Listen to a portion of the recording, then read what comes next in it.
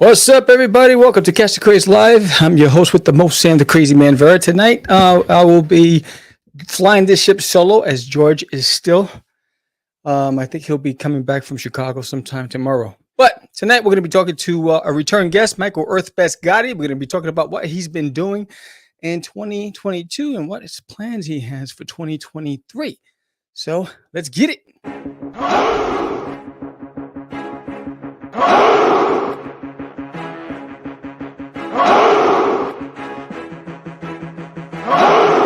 We are the only show for independents all around, giving you a platform to spread your word all over town. Catch the Craze is the place to promote to your fans with the dream of Medina and Sam the Crazy Man. Subscribe to our show and never miss an episode. It's time to get your meds, listen to us on the go. Updated every week, we never miss a day. Join the squad, come on in. It's time to catch the Craze. If you are an independent, catch the Craze. Making moves on your own, catch the Craze. On your grind in the streets, catch the Craze. Join the movement, catch the Craze.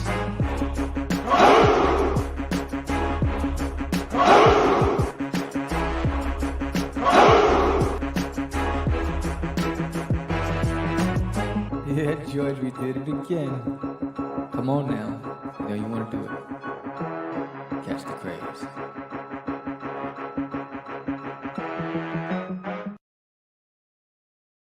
What's up, everybody? Welcome to another episode of Catch the Craze. I don't have the beat. Yo, George is not here, but there's the beat anyway. Let's do this. What's up, Aurelius in the house? Merry Christmas. Merry Christmas. Merry Christmas. So, again, like I said earlier, today we're going to be talking to a return guest, Michael EarthBest Gatti.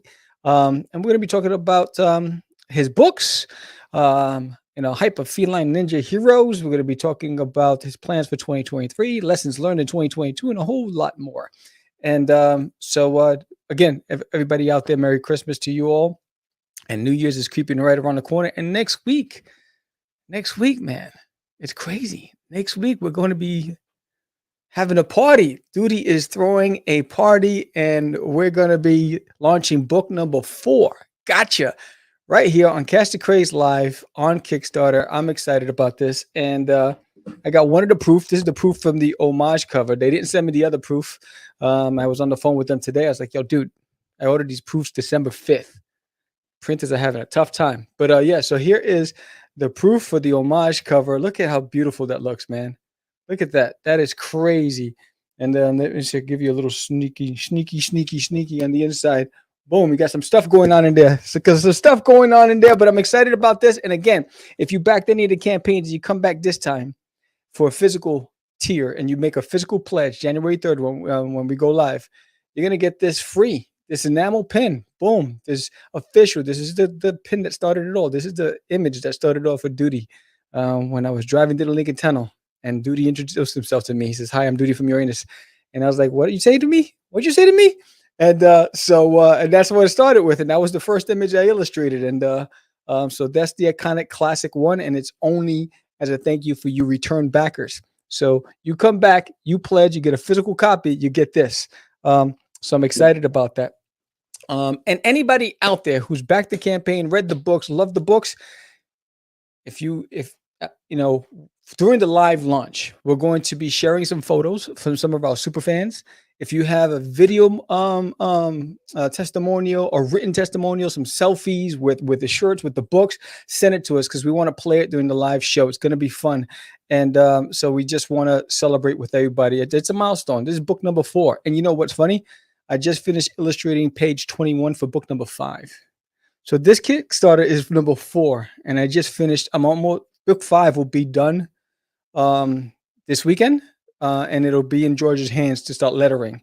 So that's how ahead of the curve I am. And then book 5 doesn't come out to the summer because the graphic novel, the first volume, comes out in April 4th. Mark your calendars. April 4th is for the graphic novel of Disneyland in My Toilet. And so I'm ahead of the curve. So by the time summer comes around, I'll probably have about 8 books already ready to go. And so that's, for me, it's huge, especially because I'm going back to work and I go back to work next week. So I'm trying to be ahead of the curve because now I have to balance my schedules to be able to accomplish those things. But I'm excited. I'm hoping that you're excited. and lots coming on. And I just want to say, in the past 3 weeks, I had over 100 people subscribe to my art channel. Thank you, thank you, thank you to everybody who subscribed to my art channel. It's amazing. I didn't think in 3 weeks that I'd get that many people. Yesterday, I had 15 people subscribe in one day. It was like, whoa. Am I like, did they think I'm Elvis or something? But it's fantastic. I'm excited about it. So check out The Art of Samuel if you haven't done it already on YouTube. I got some great videos, and you're going to want to check out the Sunday's video. Sunday's video, it's basically I have a problem with coming up with space and storage in my closet for my art and my books and my inventory. And so I come up with a solution. So you're going to watch me from start to finish, figure out for $27.99 how I solve that problem. So all you guys and girls out there that are struggling with how do you store your stuff, especially because my closet's like, I think like 3 feet by 3 feet. I don't know. It's not that big. So how do I get more space? So check out that video. Every Sunday there's a new video, and it seems like the DIY videos are the most popular ones on my channel. So I'm excited about that. And so a lot's to come, and we're gearing up for our 500th episode anniversary. 500 episodes. That's just crazy. We are 11 episodes away from 500. And so we're going to put a contest out there to you guys. If you can come up with a dance to our opening theme song to Catch the Craze, or a rap, your own rap to our theme song to Catch the Craze, enter for a chance to win. We're going to be raffling off hoodies. We're going to be raffling off t-shirts, a whole lot of stuff. So here's an opportunity for you to win some cool swag. Send us your best, Catch the Craze opening dance or opening, song or skit and help us celebrate on, and we'll have the date. We're just counting when we're going to do it, because now that I'm working, we're going to figure out what's that going to look like. So we're excited about that as well. So again, if you're new to this channel, subscribe if you haven't done so already. If you check out getyourmeds.com, George Medina's website, getyourmeds.com. And that's where you can get his books, Rush 5377. You can get, Wonder Duck, The Adventures of Wonder Duck, and all the other cool swag that George has on Get Your Meds. And don't forget to visit dutiesworld.com. But most importantly, if you haven't done so already, sign up for There's Anything in My Toilet. We launch next week, Tuesday night. Crazy. It's crazy how time flies. It's like, when you were young, when I was young, time stood still. Time stood still. I didn't even think about time. All I knew, the only time I was thinking about time is when I was in school. And it's like, oh man, when's that bell going to ring? Because me and my friends going to go play.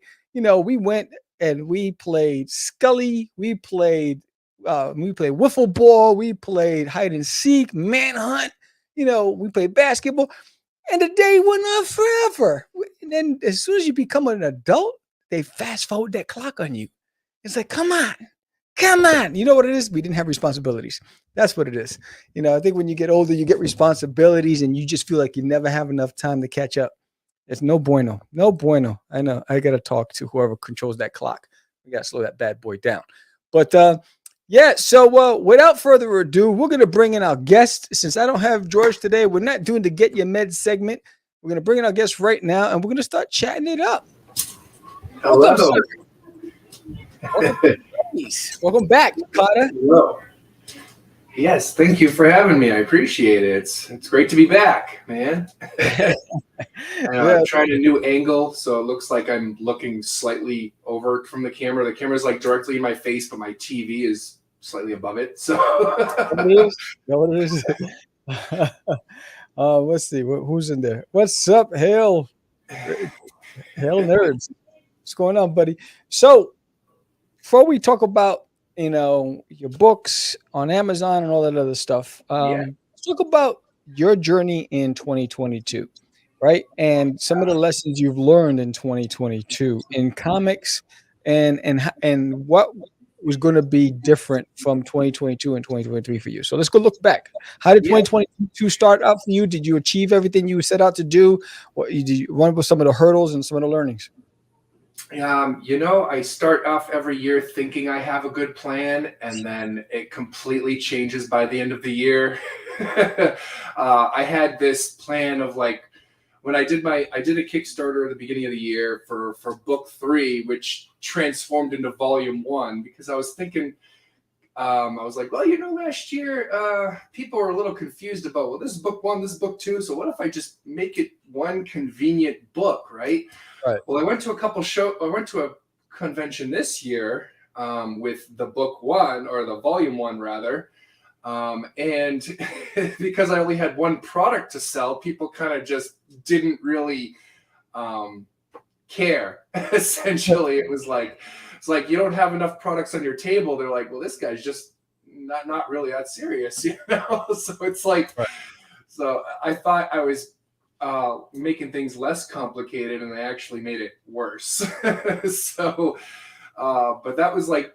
It was like the beginning of the year. That was my plan. It was like, all right, book 3, I'm gonna fund that, and then once I have book 3, I'll also do volume 1. And then in the middle of my Kickstarter, or towards the end of it, I was like, you know what? Everybody who backed book 3 is getting volume 1. I'm just gonna make this easier for myself. And the cost of printing was going up, so I was like, I think it's technically cheaper to print it all as one book. So I did that too. And then the end of the year, I decided to actually go backwards, and now I'm actually cutting up every chapter that was in volume 1 into individual comics. The whole thing, my whole shtick was, well, I'm not doing individual comic titles, because that way you get Hyper Feline Ninja Heroes, Animal Teens, and Super Steak in one book. Now I'm actually separating them and making them individual comics. So it's like, yeah. So why the first decision, and then what led to the second? So originally it was probably just the way I wrote it, and not every chapter, so to speak, had enough pages to really print.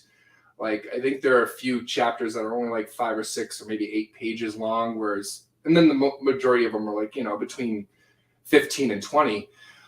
So I was like, well, if I were to cut up, it's kind of like there's not really enough to the minimum page count is like 20 or something, right? So it's like, I guess I'll combine them together, and that was what kind of created the first book. It was like chapter 1 and 2, which was one Hyper Feline Ninja Heroes episode and one Animal Teens episode. But now I found a printer that doesn't have a minimum page count, so now I am creating a comic book that's like 5-6 pages long, and saying, yeah, this is the first issue of Animal Teens, And what led to that was pretty much the cost of printing. The printer I was using for the volume 1, they decided to charge 10 cents per page per copy. That if you don't buy more than 10, if you buy less than 10 copies, right. And I'm just like. And I literally cut pages out. Like, I cut out a lot of the extra stuff, like the art and the advertisements and stuff that I was putting in there just for extras, and make this like a really nice book, Right. And decreasing because the cost had gone up so high, the decreased page count still cost me as much as it did before because it had gone up so high. So it was like, all right, I got to find a new printer, number 1, and number 2, maybe I should have probably just done what everybody else is doing and do individual books, and not be a weirdo. So the average page count per issue is what? Average, I want to say on average, is about 15-20 pages. Okay. And why go that route rather than your traditional 24-page count? Mainly because, well, number 1, it's kind of aimed at a younger demographic. So the pages are it's also a 6x9, so they're a little bit bigger than your average page. And the way the art works is like kind of just fits up the page. So it's like the stories it probably could stretch out to more pages, but the way I put it in like the size of the book rather kind of works out that way. Right. So now, have you considered doing it as a web comic, build an audience around it before you went to actual physical print? Yeah, that's kind of what I'm kind of trying to fiddle around with right now. Like right now I put it on Kindle.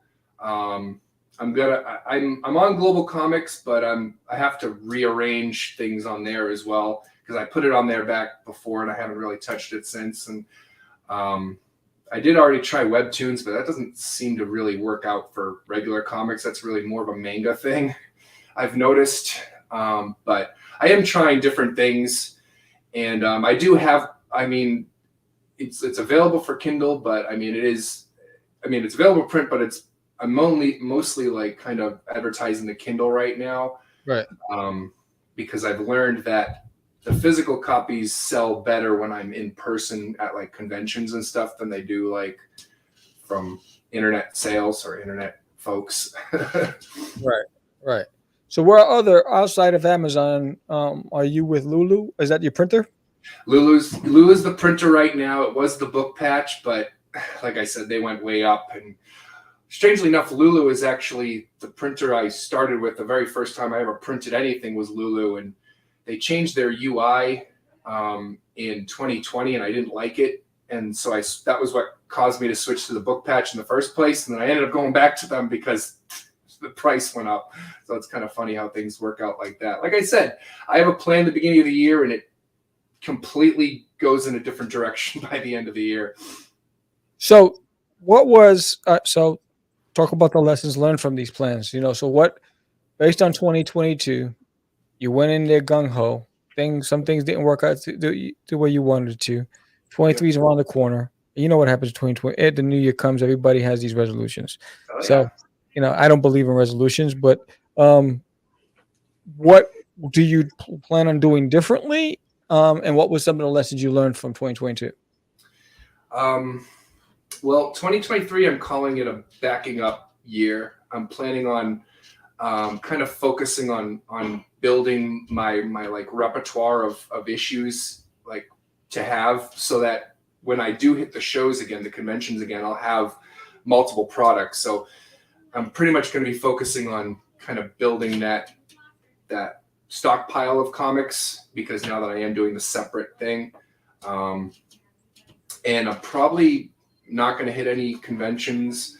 I do plan on having Kickstarter probably midsummer, just to kind of catch up on paying my artist. And because by the fall, this next run, what I would have been calling book 4, which the way I'm naming things is mostly for me at this point, because it's completely confusing for everybody else at this point.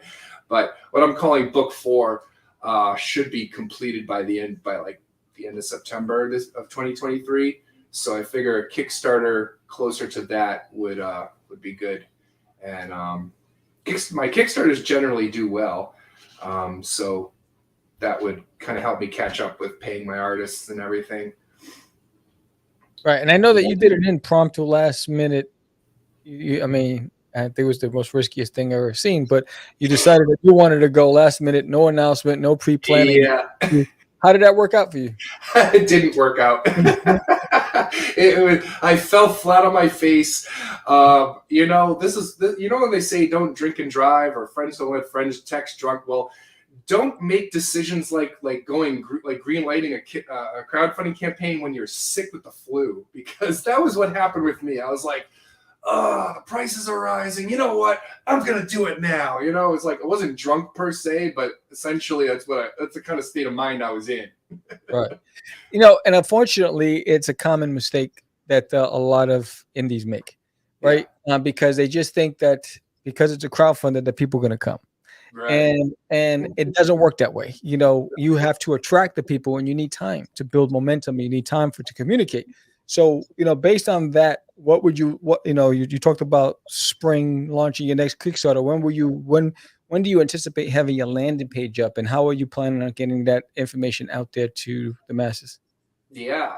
Well, I know Kickstarter doesn't really let you go much earlier than like a couple months ahead of time, I think.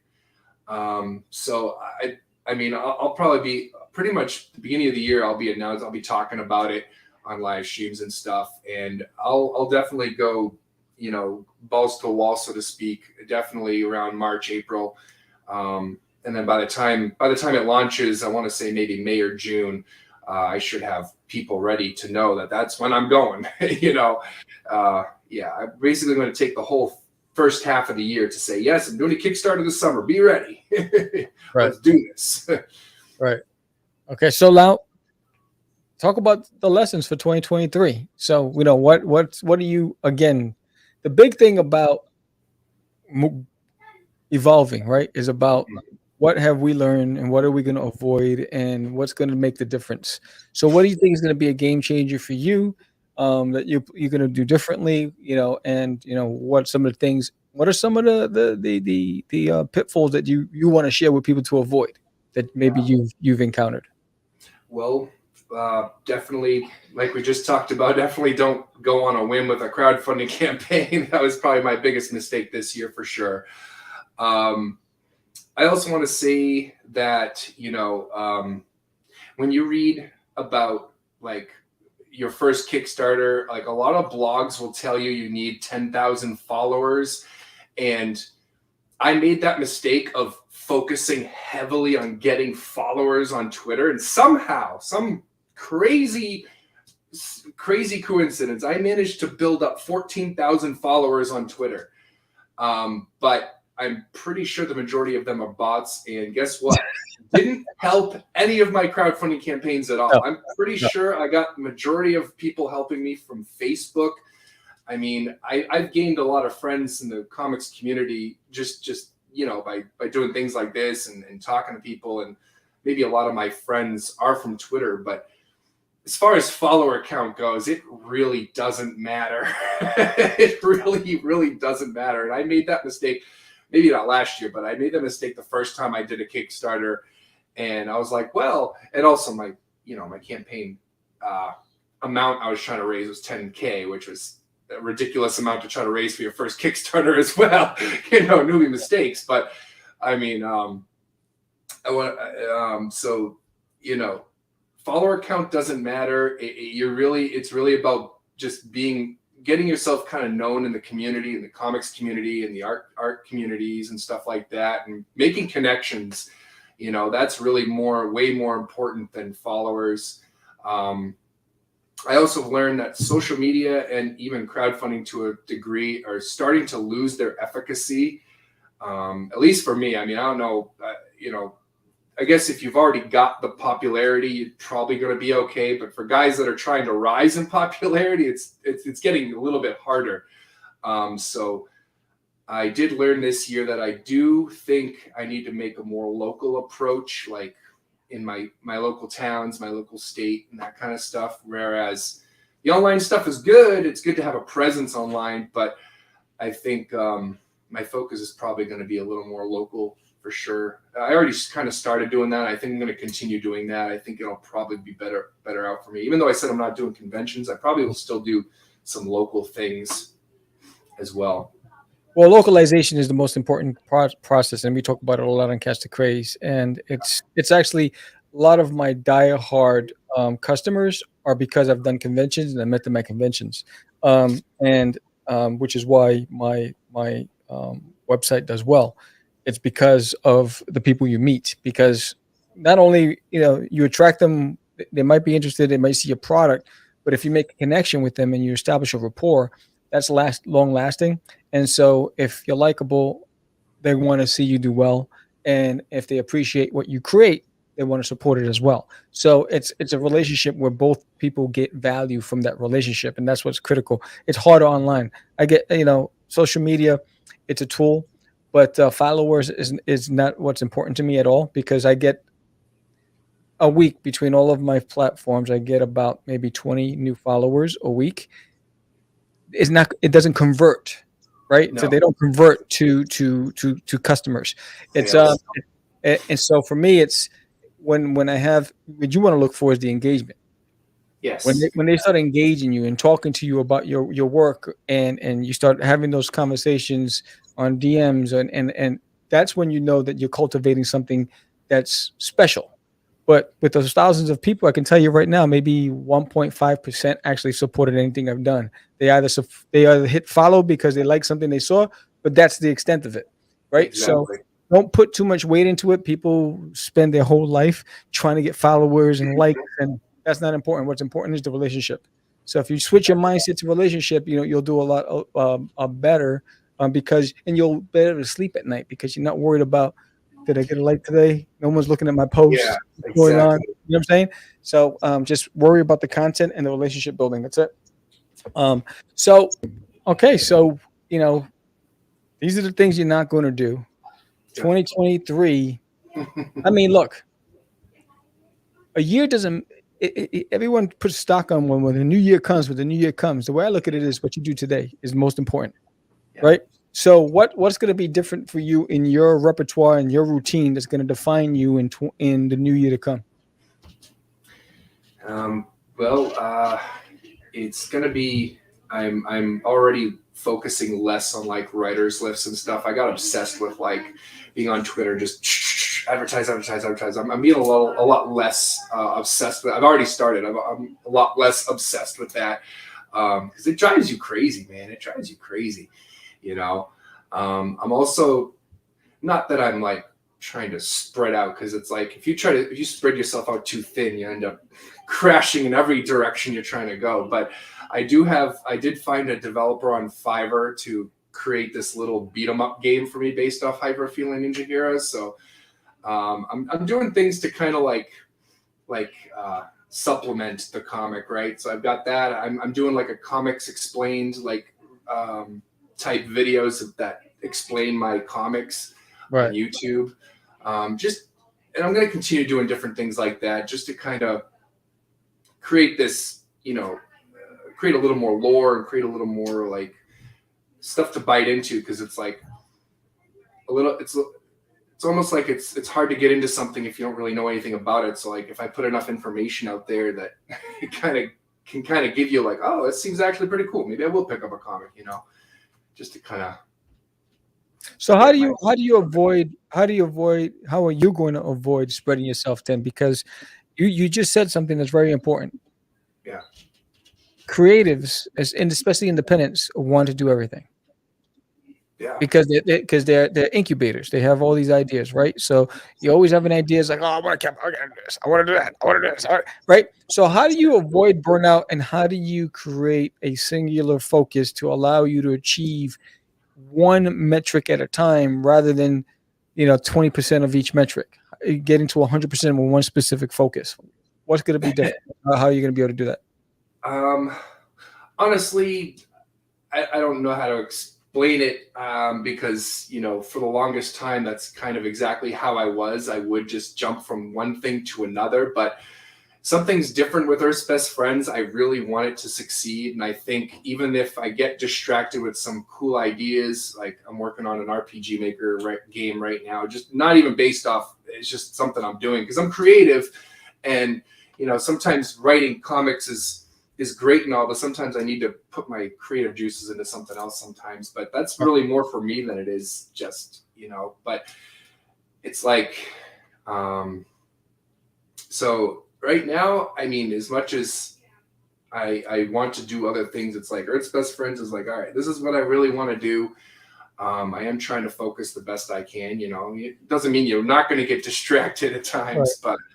But yeah, I mean, I guess it's kind of like if you find the perfect project, it's like it fits so well that you're like, this is it, and this is the project that I'm dedicating my life to here for a while at least, and could I have a better idea in the future? Maybe, but I don't know. Until then, this is it.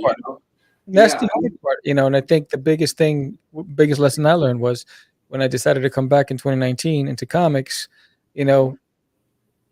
I wanted to get my Forbidden book out there. I started to catch the crazies, and then I realized, look, if I'm going to focus on one thing and just make that my mission, then I can't do all these other projects. Right. So I narrowed it down and I said, you know what? There's in my toilet. I have stories up to 500 issues. I'm just going to focus on this, on this, and I'm going to make this my whole focus for the next foreseeable future.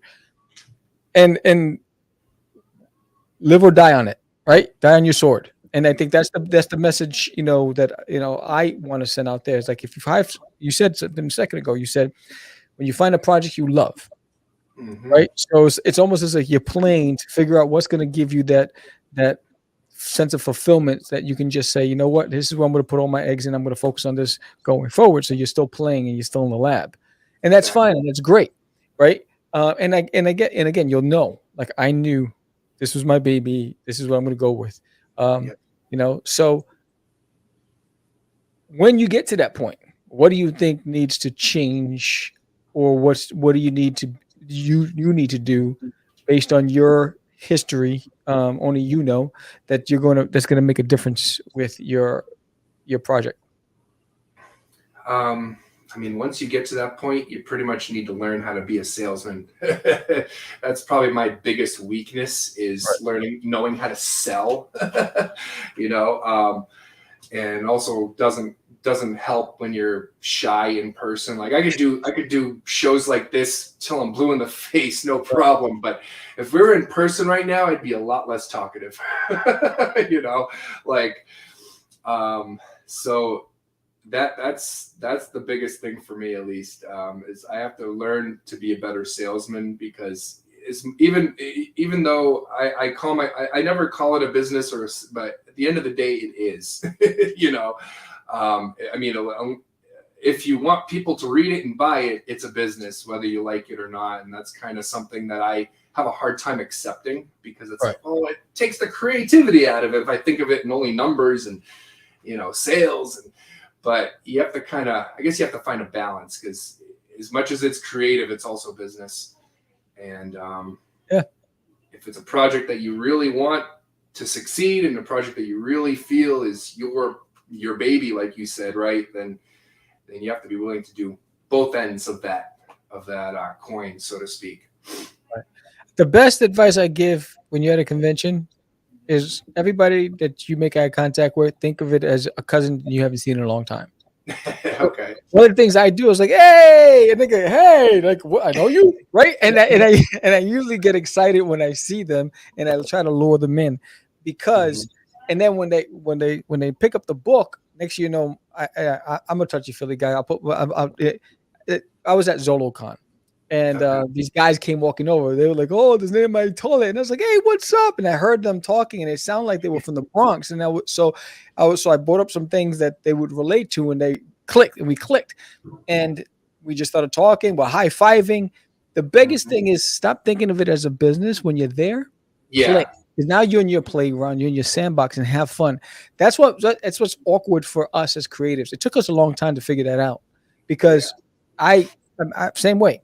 Because you're like, well, they're not gonna like my stuff. Oh, you know, whatever. You make all these excuses in your head, and you're like, oh, what am I gonna say? You know, the elevator pitch, but I'm gonna sound like a broken record. I'm gonna say this all the time, right? You got to make every experience a new experience, and treat every single person as if it's a long lost relative, and just have fun, because you did all the hard work. This is when you're at the conventions where you should be able to play and have fun. That's true. You know, and if you can switch your mindset to just be in your sandbox and play and build your sandcastle, you're going to wind up having a better experience than you went there treating it as a business thing. I got to sell this many units to make this, and do all this. So then you put all this unnecessary pressure on yourself, right? And now your head's not in the game, because you're distracted, because you're looking at that book, and I just sold this many. How much is that? You know, you try to tally it up. Don't even think about that. You know what I'm saying? And then you'll have more fun, because it should be fun, because you did all the work. The hard part is getting it together and putting that book together. Yeah. When you're on the court, that's when you should be playing basketball. Okay. Yeah. You know what I'm saying? Yeah. You know, and then that'll help, but it takes practice, right? It takes practice, because I mean, I had that for a long time. For a long time, George was the one talking to everybody. I looked like a militant soldier. And I was just like, you know, I wasn't talking to anybody. Yeah. Right? That's a good point. Like, I'm pretty sure there was one convention when I went to, was my daughter did a lot of the selling for me. You know, like she was better at talking to people than I am half the time. And then there was another show where my wife got me more sales than I got myself. So it's like everybody can talk to the family better than I can. And you're the creator, so that's why right. You know, you should be the most interesting person in the room. And you got to figure out how to make that happen by taking that cloud and moving it away, and just have fun. if you can't have fun at a convention, my advice is don't go because you're gonna lose money. Have fun, and you'll do fine. So, what can we expect?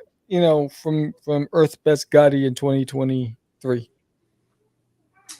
Well, I've got, like I said, I've got book 4, which introduces the Tween Titans, which is these two alien girls that pretty much they pose themselves as preteens in middle school, and they want to go to school, and they just try really hard to pretend that they're, and the teacher doesn't notice that they're not actually students in the class, and then the first episode has them just kind of reminiscing about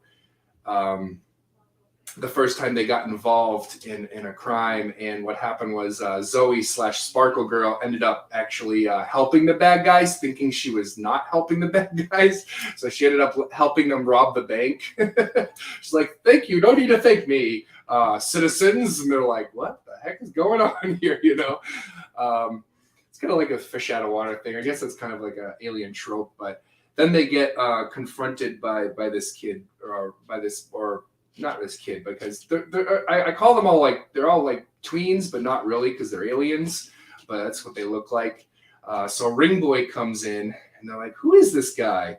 And it turns out he's also from the same planet as them, and he's like, "I came all this way because I love you. I want to be with you guys forever." They're like, "What are you talking about? Love is forbidden on our planet," right? So it's like, so they fight, and he has this ring that essentially creates these really elastic bubbles, and then whereas Sparkle Girl has essentially the powers of Jubilee, and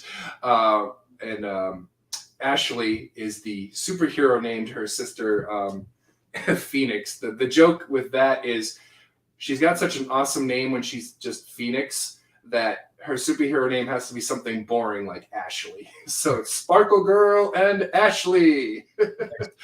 And that's just one of the things, because Earth's Best Friends is this anthology, and so I create a bunch of different. I have a bunch of different stories that are going, but they intertwine a little bit.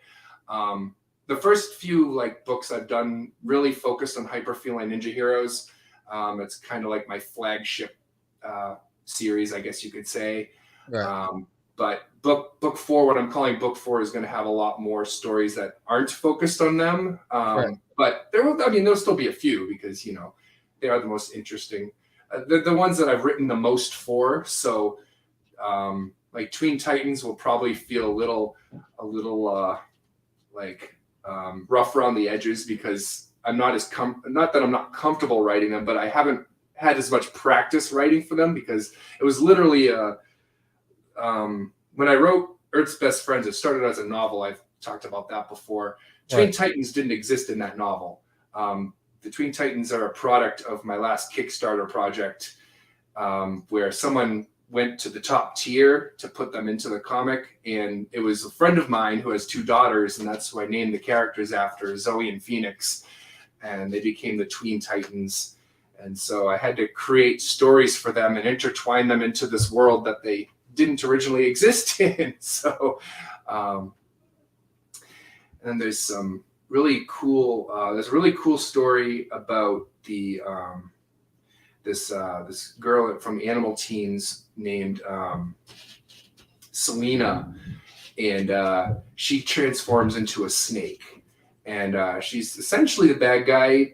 You do see Harlan fight a snake woman in the first Animal Teens issue, and but this is called A Day in the Life, and basically just follows her through a normal day of her everyday life, and she's narrating it. And she's just talking about how there's just something weird about she's just kind of like my parents are rich. I'm super popular. I'm a cheerleader, but there's just something weird. And then as the narration goes, it's like, there's something weird. And she transforms into the snake. She robs a jewelry store. And what's cool is there'll be an episode later on where it hits the same points, but it's a different person narrating that same scenes, I guess you could say. So it's kind of cool. And then there's, of course, there's going to be there's going to be a big crossover between Hyper Feline Ninja Heroes and Tween Titans. That's going to be exciting. I really enjoyed writing that one. So there's a lot of fun stuff to expect from what I'm calling book 4. And some of it's done, but it's going to take till about September to finish. But it's all very super exciting. Not only that, but there's the game, the little beat 'em up game that he made, and then there'll be some Comics Explained videos I'll be doing throughout the year as well. And now, why did you choose to go with Amazon and Kindle? Basically because, I mean, as far as distribution goes, I mean, everybody knows what Kindle is. You say you're on Webtoons, people are like, what's that? You say you're on Kindle, they're like, oh, Kindle, I know Kindle. Right. As far as distribution goes, that's as big as it gets, for digital platforms and stuff. So I am still offering the full volume 1, which I will be discontinuing, but because I'm going the individual route now. But so and on Amazon, it's 2 episodes per book, whereas in print, it's 1 episode per book on Lulu. Right. So I have, on my website, I have 2 different release schedules, one for Amazon, one for Lulu, because they're slightly different. Right. Now, if people wanted to get physical copies from you, could they? Yes, on Lulu. On Lulu. Okay. Yeah. And so the same, you go there, you order it. You could get Hyper Feline Ninja Heroes #1. I believe we have, and I shouldn't be offering that volume 1, but that was supposed to be just for me, but I guess I accidentally put it up on the shop. So I guess if you want right now, you can buy it, but I wasn't meant to sell that right now, but because I am discontinuing the print because it's an expensive book. I have to charge like $30 for it now. It's crazy. I was charging $15 before, Right. Now, is Lulu print on demand? It is print on demand, just like Book Patch was, or any of those places really are. Right. And the only reason I don't do Amazon print is because they won't accept my PDF files. Well, Amazon's very complicated. I don't do anything. In fact, I'm pulling in my entire inventory from Amazon as far as books are concerned. I only do apparel with Amazon. I sell, actually, my books sell better on my website than any other. I mean, because I'm on, what was the other one that you just, Global? Global Comics as well. Global Comics, yeah. Nothing's moved on Global Comics. Nothing moved on Amazon. Everything's been through all my ebooks and all my physical copies I've sold through my website. And so I was like, you know what? I don't need these third parties anymore. Yeah. They don't do anything for me. So I just, because Amazon's built for you to spend money on advertisements in order to drive traffic towards your product. That's true. Why am I going to pay you? So I'd rather just use all of my social platforms to drive traffic to my website and call it a day, and take out the middleman outside of apparel. But yeah, that's the only reason why I don't use third party anymore. It's good. Yeah. And so your website is. Yeah. EarthBestEntertainment.com. I changed the domain name. It's now EarthBestEntertainment.com. Easy to remember now, because before it was a little weird. It was like EarthBestFriends.co. Yeah, because it comes up EarthBestEntertainment.mystrikingly.com. Yeah. So it's a domain name. It just brings you to Strikingly page, because that's the website host, Strikingly. Right. And those are the release schedule, the production schedule. So the production schedule I'm constantly updating because it depends on how fast or slow the artist is.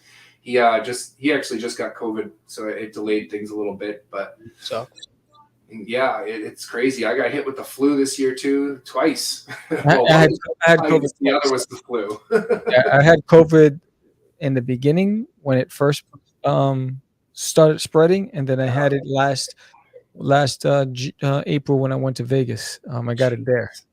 I knew exactly how. I was in a crowded elevator without my mask, and my nose started itching, And you know me, when my nose starts itching, there's somebody sick around me, and I'm gonna get sick. Oh, And man. and then the body ache started, and then it was just horrible. It was horrible. But Oh, man. um, you know what? My body's built in, it's getting stronger because of it. So you know Yeah. what? That's all I care about. So elevator pitch. Here's your time. Let everybody know why they should check out your stuff, where they can find you on social media, and where on your YouTube channel as well. So I'm gonna give you the screen. Go for it. All right. So Earth's Best Friends is a all ages, family friendly superhero anthology about various superheroes that eventually get together and save the world from evil. And you could check me out on my website, earthsbestentertainment.com. That's where you can find all my social media platforms, as well as my YouTube channel, and where to buy my book as well. And it's great if you got kids. It's great if you love Saturday morning cartoons, because that's what has inspired, it's heavily what inspired me to create it. I'm heavily inspired by 90s, 80s Saturday morning cartoons. So there's something for everyone in Earth's Best Friends. Outstanding. Well, thanks, Mike, for coming back on the show. Wish you much success in 2023. Remember, guys, don't wake up one morning and say, I'm gonna launch my Kickstarter page today. George and I would sit back, and you weren't the only one. It was dozens of indies that were just doing these things. I'm like, why? We have, JD Calderon, right? He's very successful on crowdfunding, right? Him and Daphne Lee, extremely successful on crowdfunding. We had a 3-episode how to start, middle, and end a crowdfunding campaign with JD Calderon on Cast and Craze. And we tell everybody, check out that video those 3 videos before you do anything. People just think, I know better, and they just go run with it. I'm like, no, it takes a lot of time, a lot of investment. Running a campaign is stressful enough as it is. To start putting unnecessary pressure on yourself to just pop it up, because now it's because it's your brand, so you don't want to do that to yourself, and it's very disheartening when you don't make it, and having to bounce back between that. So I'm glad that again, we all make mistakes. I made a bunch of mistakes in 2022 that I won't repeat, but they were part of my journey and my learning and my growing. We all do. So and that's what life is about. As long as we can bounce back and get back in the game, that's all that matters, right? And so you have a good product. Again, we're all growing in this business. Keep growing, and keep pushing hard, and don't give up, buddy. Sounds good. Thank you very much. And thank you for being on the show, and we wish you success. And when you launch it, let us know. I definitely will. All right, brother. Talk to you soon. See you later. All right, so that's Mike, EarthBest Gatti. Again, the link is in the summary. Check out the website. Go to earthbestentertainment.com. But he's also on Facebook. He's on Twitter. He's on Instagram. He's everywhere. So go check it out. He's also on YouTube if you haven't done so already. If you like this episode, please give us a thumbs up if you haven't done that. And don't forget, I really want you all to be there on the 3rd, January 3rd, which is next Tuesday. Come on, next Tuesday. Are you going to be there? Are you going to party with us? Are you going to party with the Dudester? Come on. You're going to shake a tail feather? You're going to dance like aliens never danced before? Join us January 3rd, right here, 7:30 p.m. Eastern Standard Time. George the Dreamer Medina, Anibal the Animal Arroyos, and myself are going to be celebrating book number 4. It's a milestone. It's an amazing journey. I'm excited about this. All newly drawn, newly colored, new dialogue. In fact, everything from book 4 on is all newly illustrated stuff. So I'm excited to share that with you, because I get better every day as an illustrator and as a colorist as well, and as a storyteller. And, show us your favorite Dudester. Come down and join the party. We got some special plans in store. Remember, you come back, you get this for free. All you have to do is get a physical copy, and you get this for free. And if I haven't showed you already, this is the homage cover, right? So this is a variant cover. I only did one for this campaign, one variant cover. And this is it. Look at this. This is homage to Sergeant Rock. And you're probably saying, Sergeant Rock, why Sergeant Rock? I'll tell you why Sergeant Rock. First of all, Sergeant Rock is the first comic book I ever purchased on my own with my own money. Crazy. I walked into a candy store. They had the spinner rack. I was really there to get some jellyfishes and the 25 cents juice. And I saw it, and I was like, oh, I got to get Sergeant Rock. And this is one of the covers. I think it was issue number 168 of Sergeant Rock, and because Duty becomes a soldier in this issue, I thought it was fitting to use that as the homage. So while everybody is using the Spider-Man covers, everyone's doing all the Superman covers like everybody else does, I'm going back to the Rock, and this is amazing. This variant cover is available on the campaign. This is the proof. You see, there's the proof. Right, I approved the proof. Good thing I got the proof because I found an error and I had to go and fix it. So always get a proof, guys. Don't go straight to print. Get a proof. But yeah, so it's gonna be fun. It's gonna be exciting. Lots gonna happen on the show. Show us your favorite Dudester. If you have photos with you with the book, if you have any testimonies, send it my way. Video testimonies, selfies, send it my way because we're gonna be playing it on the live show. I hope to see you there. And don't forget, guys, my art channel. I have a new episode every Sundays. Every Sundays, there's a new episode on my art channel, and it's chock full of tips, behind the scenes conventions, on how to set up for conventions, how do you sell your prints, how to determine your price points. The last episode I just had was, inking for beginners. And I talk about this amazing book that I have on inking right here. This book I bought in, I'm going to date myself, late 90s. I paid at Borders $15.95. You can get this book for like $5 now on Amazon. Crazy. Look how thick this book is. This book has perspective, has inking, has how to draw cars and ships. And this is the best book ever. So if you don't have this book, it's called the Thomas and Hudson Manual of Rendering with Pen and Ink. You need to get this book. The link is also on that video chat. So go to Art of Samuel for more on that and a whole lot more. So, and this Sunday, again, I have a problem with storage and I'm going to go walk through it. So I'm looking forward to that. So if you haven't done so already, subscribe, hit that like button, share, tell a friend. We'll see you on Thursday morning. George and I will be back for the morning brew. We're going to talk about his adventure in Chicago with that bomb storm, whatever, that cyclone snowstorm. And, we wish you guys, Merry Christmas and we'll see you right before New Year's. All right. So talk to you guys soon. I'm Sam the Crazy Man Vera. Thank you, Aurelius, for joining us today. Thank you, Lupans, for joining us today. And everybody else who's been watching silently. I've been seeing the ticker go up and down. So thank you all for watching. And with that said, I'm out. I'm Sam the Crazy Man Vera. You guys have a blessed day. Peace. It's just it's not. Crazy. Acquiesce. No, I was talking about my friend Acquiesce. I met him. Say my name, right? This is what you were thinking? Oh, he described me. He said, I'm the What? Catch the Craze. You're listening to Catch the Craze. You're listening to Catch the Craze. To Catch the Craze. You are listening to Catch the Craze on Catch the Craze. You're listening to Catch the Craze.